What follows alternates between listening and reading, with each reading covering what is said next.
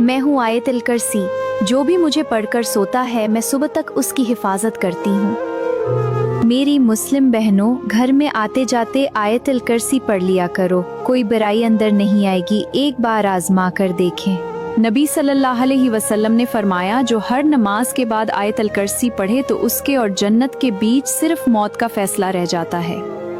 आयतुल कुर्सी अपनाएं और खुद को और घर वालों को महफूज बनाएं।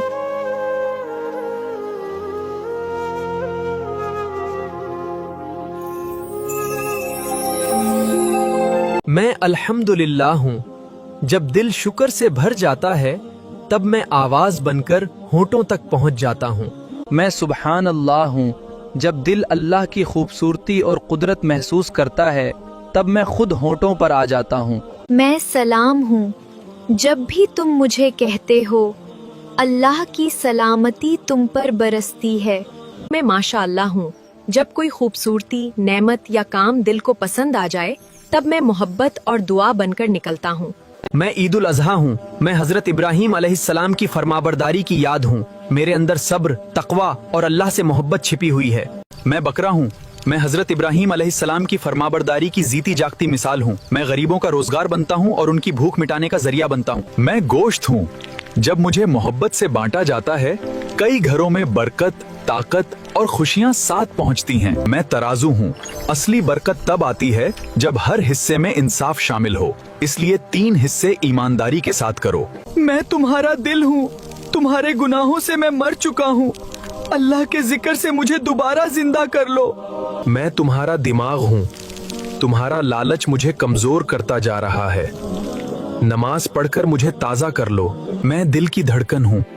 हर लम्हा याद दिलाती हूँ कि जिंदगी आर्जी है, सुकून सिर्फ अल्लाह की याद में है। मैं तुम्हारी सांस हूँ। एक बार चली जाऊँ तो वापस नहीं आती, इसलिए अभी तौबा कर लो और अल्लाह को याद कर लो। आओ आओ जल्दी बाहर आओ।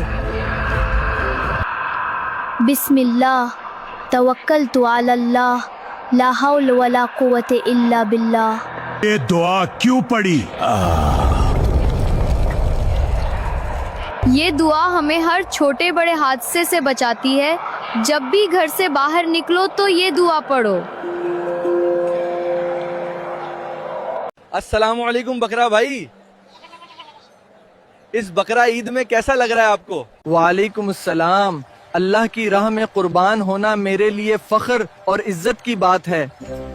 ये सिर्फ कुर्बानी नहीं बल्कि मोहब्बत, ईमान और बंदगी का पैगाम है। दुआ है कि सबकी ईद खुशियों और बरकतों से भर जाए। बकरा ईद मुबारक। मैं तुम्हारी फ्लाइट हूँ।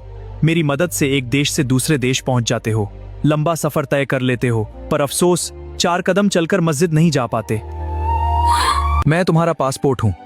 मेरी वजह से दुनिया घूम लेते हो, नए देश, नए शहर, नई मंजिलें सब तलाश लेते हो, मगर जन्नत तक पहुंचने की तैयारी कौन करेगा? मैं हूं एयरपोर्ट। यहां लेट आने का डर सबको होता है। फ्लाइट छूट जाए इसकी फिक्र हर किसी को रहती है, पर अफसोस नमाज छूटने का डर किसी को नहीं होता। हर सफर की तैयारी होती है, बस आखिरत की तैयारी टलती रहती है। टिकट संभाल ली जाती है मगर इरादे बिखर जाते हैं।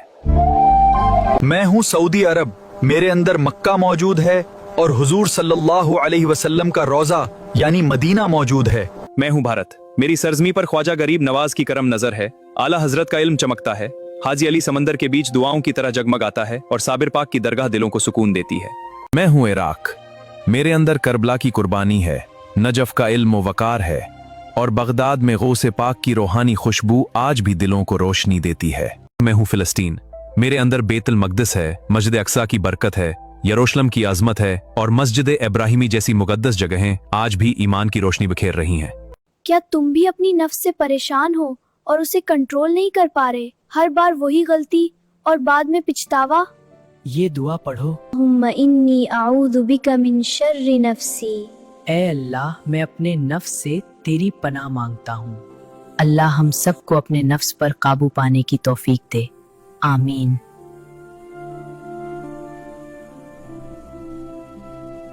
मैं अजान का माइक हूँ।